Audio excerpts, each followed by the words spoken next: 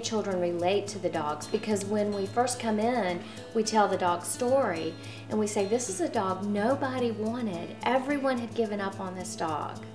And look at this dog today. He is important, he has this important job, he goes all over the state working with kids, and no matter your start in life, you have value and you're important and you have something to contribute. These dogs, all of them, of course, have been rescued, many of them from terrible situations.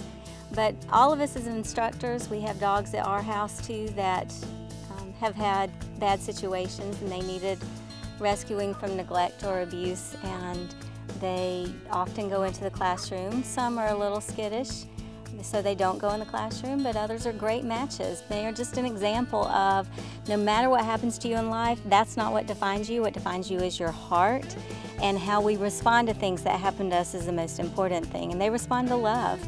So it's a great example for the kids to see. We didn't even start out as a rescue organization. We started out as a compassion education program for children.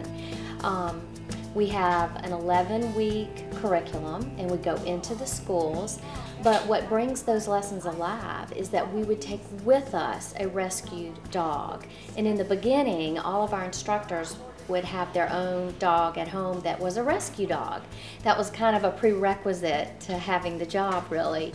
And over time, our students, as they are learning this compassion education and they're learning mercy and they're learning the importance of being an advocate and not turning the other way, they would say, can you please come to our trailer park, or can you come to my home? There's a stray dog or there's a sick dog.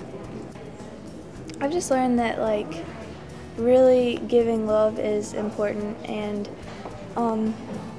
just the littlest things sometimes can mean the world to somebody, and just to always try to do as many caring things as you can and just look out for other people.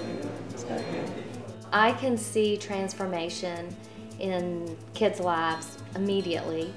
It's so rewarding when you get to watch a child who you can pick them right from the beginning. They maybe are the type A personality, but they're the bully in the classroom.